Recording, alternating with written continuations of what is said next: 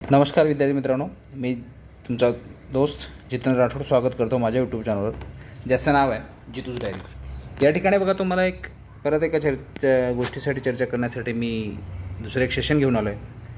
या ठिकाणी एक न्यूज़ दिसते तुम्हाला, आज तकची एक ब्रेकिंग न्यूज़ आहे. कतार में 8 पूर्व भारतीय सैनिकों को फांसी की सजा.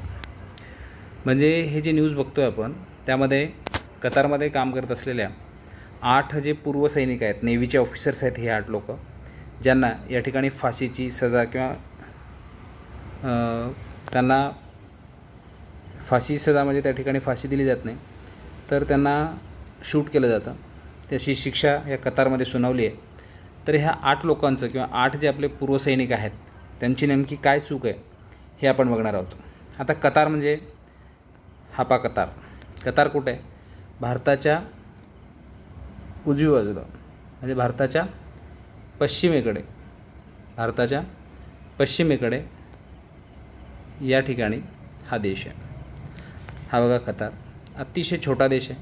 या देशाची लोकसंख्या आता रिसेंटली बघितली तर 27 लाख आहे. किती? 27 लाख. फक्त 27 लाख लोकसंख्या असलेला हा देश आहे. ह्या कतारमध्ये आपण बघितलं होतं की 2022मध्ये फिफाचं वर्ल्ड कप झालं होतं.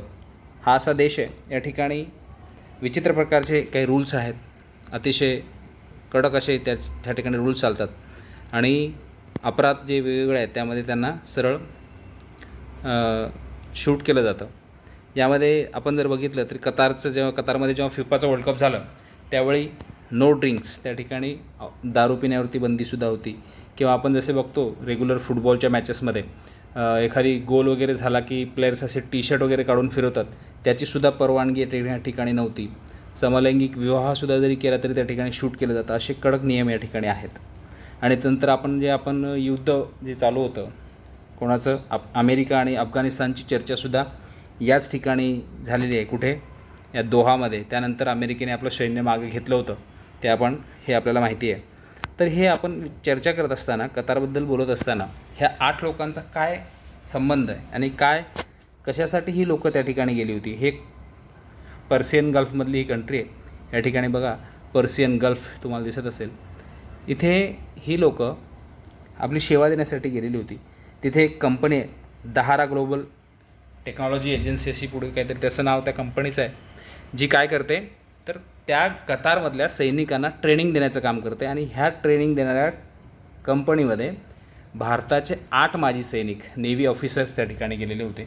आणि ह्या 8 लोकं तिथल्या सैनिकांना ट्रेनिंग देण्याचं काम करत होते.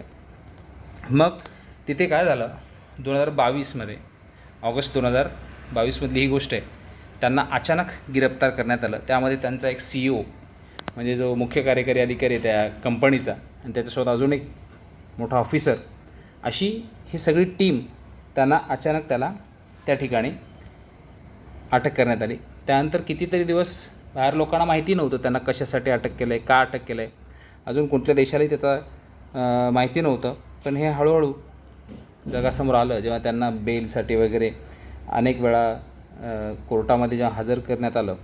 त्याच्यातून ह्या गोष्टी सोशल मीडियाच्या थ्रू बाहेर पडायला लागल्या ऑगस्ट 2022 नंतर, त्यांना अटक केल्याच्यानंतर. तर याच्यामागचं मेन कारण, त्यानंतर हे जर सगळ्यात जास्त बाहेर कुणी आणलं तर त्यामध्ये एक ऑफिसर आहेत तिवारी म्हणून, त्यांच्या बहिणीने हे सगळं सोशल मीडियातून, मितू भार्गव असं त्या तिवारी यांच्या सिस्टरचं नाव आहे, त्यांनी हे बाहेर आणलं. आणि जे तिवारी आहेत त्यांना 2019मध्ये प्रवासी भारतीय सन्मानाने सुद्धा त्यांचा सत्कार करण्यात आला. 2 देश म्हणजे कतार आणि भारताचा संबंध चांगला ठेवण्यासाठी त्यांनी अनेक प्रयत्न केले, म्हणून त्यांना हा सन्मान देण्यात आला, प्रवासी भारतीय सन्मान 2019चा. मग ह्यांना अटक का करण्यात आली?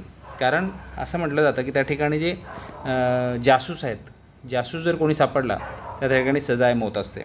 तर हे असं यांच्यावरती काय आरोप करण्यात आला की हे जे लोक आहेत ते इस्रायलसाठी काम करतात.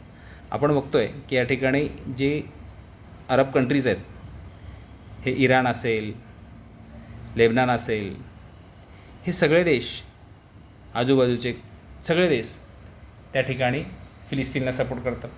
ज्यावेळी जेव्हा माहीत झालं की हे 8 लोक भारतीय नेव्ही ऑफिसर्स आणि त्या देशातला जो CEO असलेला एक कतार नागरिक आहे, ह्या सगळ्यांनी त्यांना इस्रायलला काही टेक्नॉलॉजी किंवा काही गोष्टी खुफिया तर पद्धतीने कोणाला देणार आहेत, इस्रायलला देणार आहेत. हे जेव्हा तेव्हा माहीत झालं तेव्हा त्यांच्यावरती ही केस चालू झालेली आहे. म्हणजे या ठिकाणी परत इस्रायलचं नाव आलेलं आहे.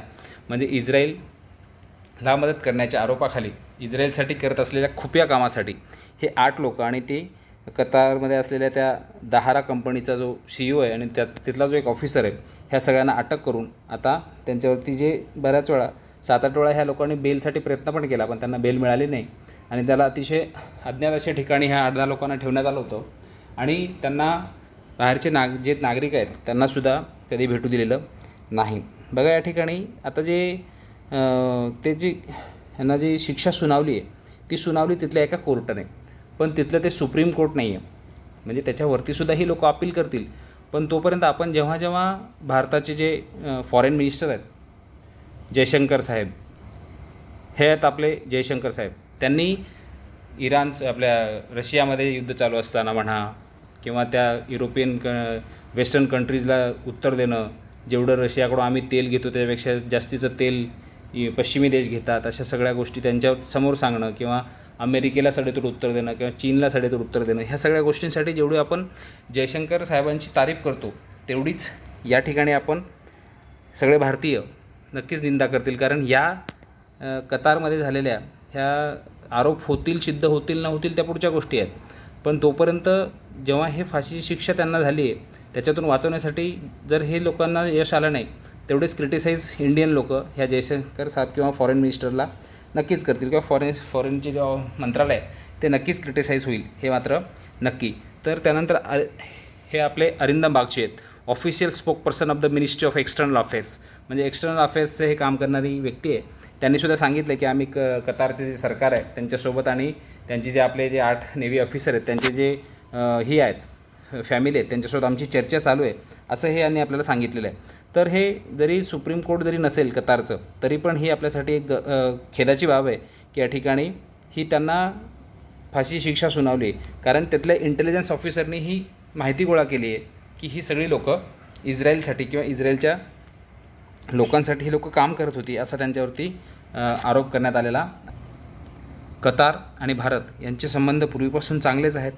तरी आपले जे फॉरेन मिनिस्टर आहे त्यांनी खूप मोठ्या प्रमाणात या गोष्टीची निंदा केली आहे की अशा पद्धतीने कतारचे जे चालू आहे ते फार चुकीचं आहे, असं या ठिकाणी आपल्या फॉरेन मिनिस्टरनी हे सांगितलेलं आहे, फॉरेन मंत्रालयाने हे सांगितलेलं आहे. तसेच हमास, आता बघा जेव्हा 2 अमेरिकन नागरिक जेव्हा हमासच्या ताब्यात होते तर ते हमासच्या ताब्यातून सोडवण्याचं काम ह्या कतारनेच करून दिलेलं आहे अमेरिकेला. आत्ताची घटना आहे. त्या 2 नागरिकांना सोडून घेण्याचं काम अमेरिकेने केलं. त्या पद्धतीनं एवढ्या क्रिटिकल सिच्युएशनमध्ये भारतीय मंत्रालय किंवा भारताचं फॉरेन मिनिस्टर कोणत्या पद्धतीनं काम करत आहे हे मात्र आपल्यासाठी बघावं लागेल. तर या ठिकाणी बघा आत्तापर्यंत 21 लोकांना या कतारमध्ये फाशी देण्यात आली. किती? 21 लोकांना फाशी देण्यात आली. त्यापैकी 18 लोक हे बाहेरचे आहेत. ही 18 लोक कुठले आहेत? बाहेरचे आहेत. हे अरिंदम बागची 18 लोक ही नॉन कतार आहेत, म्हणजे कतारच्या बाहेरची लोक आहेत. आणि त्या 18पैकी 7 लोक ही आत्तापर्यंत जिथे शूट झालेले आहेत कतारमध्ये ती 7 भारतीय आहेत. आणि 21पैकी जे 3 राहिलेली लोक आहेत ती कोण आहेत? कतार आहेत, कतारमधले रहिवासी आहेत. त्यापैकी 1 लेडीज होती, हे आपल्याला लक्षात ठेवायचं आहे. त्यानंतर 2 नेपाळी होते, 1 बांगलादेशी होते. अशा अनेक लोकांना 18 लोकांना 21 लोकांना या ठिकाणी फाशी देण्यात आली. याच्या अगोदरची फाशी झाली ती मार्च 2020मध्ये एक नेपाळी माणूस होता ज्याने तिथे मर्डर केला, त्याला ही सजा झाली होती. आणि त्याच्या अगोदर 2003मध्ये असा शूट झालेला आहे. 2003 नंतर जवळजवळ 2020ला आणि त्याच्यानंतर आता ही पुढे म्हणजे जास्त मोठ्या प्रमाणात या ठिकाणी सजा मौत जरी दिली जात नसली तरी पण जास्तीत जास्त बाहेरच्या लोकांना या ठिकाणी या अशा शिक्षांना सामोरं जावं लागतं. तर जेव्हा आपण आपले फॉरेन मिनिस्टर आहेत जयशंकर साहेब त्यांची तारीफ करत असताना आपण म्हणतो की खलिस्तानचा विरोध असेल किंवा सगळ्यांना सडेतोड उत्तर देणं असेल, त्या सगळ्यांमध्ये ते पुढे असतात. नक्कीच या 8 आपले जे एक्स नेव्ही ऑफिसर आहेत त्यांना आणि त्यांच्या परिवाराला न्याय मिळवून देण्यासाठी हे नक्कीच प्रयत्न करतील अशी आशा ठेवूया आणि त्यांना सद्बुद्धी देऊ ह्या याच्यातून बाहेर काढण्यासाठी जे प्रयत्न करतो अशी आपण आशा बाळगूया आणि या ठिकाणी थांबतो. लेक्चर आवडला असेल सबस्क्राईब, लाईक आणि शेअर करायला विसरू नका. धन्यवाद.